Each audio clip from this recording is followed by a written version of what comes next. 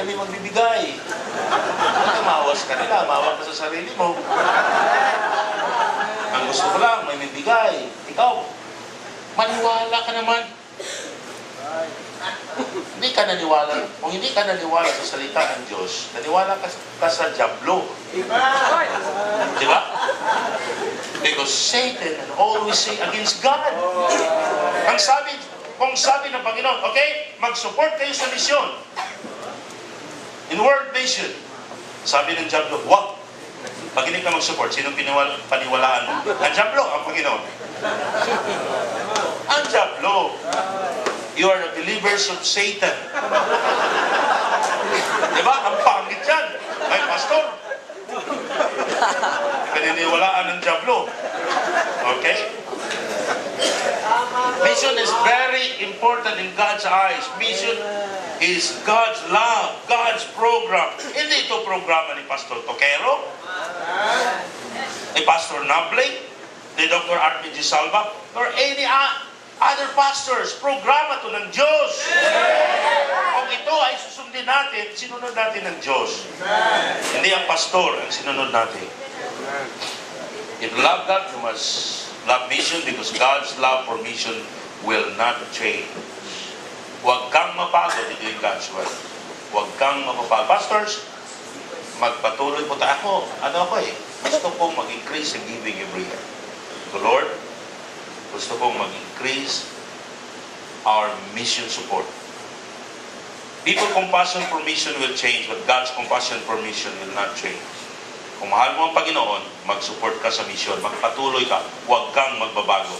3 things we always need to remember to guard our heart from changing about mission. First, God's compassion for mission never changes. Secondly, God's command for mission never changes. Hindi magbabago yan. In Mark 16:15, go into the world and preach the gospel to every creature. How can we go into the world? How can we preach to every creature? How can we fulfill the Great Commission? We can only fulfill the Great Commission if we support missions. Hindi tayo po blessing sa kanila. Sila po ay blessing sa atin. Amen? Now, if we partner with missionaries, through our missionaries, we can go to all the world and preach the gospel. They are not robbers, but partners. Amen? They are not burdens, but blessing. God's command for mission never changes. Even to the end of the world, in Matthew 28:18-20, God commanded to go and preach even to the end of the world. But hindi mo pwede na paano mo yun kung hindi ka mag-support sa missionary. Diba? If we stop supporting mission, we transgress the Great Commission. The command for mission never changes. Hindi magbabago yun. Number 3, God's compensation for mission never changes. Dito tayo. Explain ko ito mabuti. By God's grace. God reward and bless us if we continue supporting mission because God's compensation for mission never changes. Hindi magbabago yun. Ang pagpala ng Panginoon. Now, Abraham is the type of a missionary. He followed God's call to go to a far country. God said to Abraham in Genesis 27 and verse 29, curse the everyone that curses thee, and blessed be he that blessed thee. Amen? Naniwala ba kayo na si Abraham is an Old Testament missionary?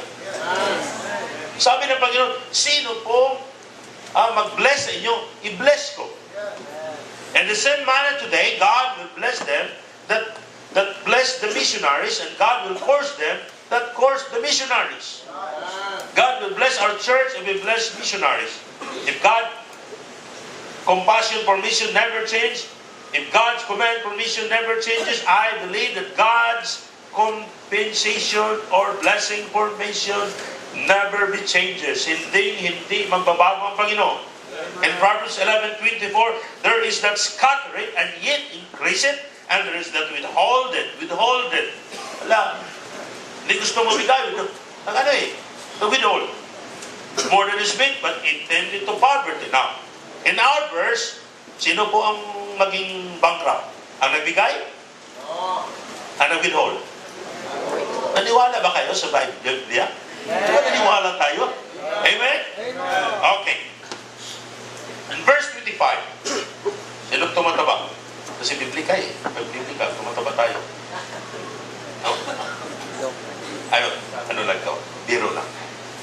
The liver soul shall be made fat, and he that watereth shall be watered also himself.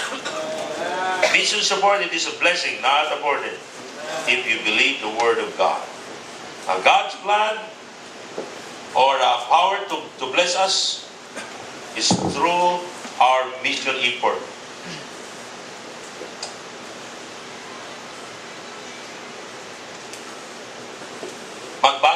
Magbago man ang ating pananaw. Minsan po, magbago ang ating pananaw. Diba? Minsan ang tao, magbabago. Diba, magbago ang tao? Ang tao?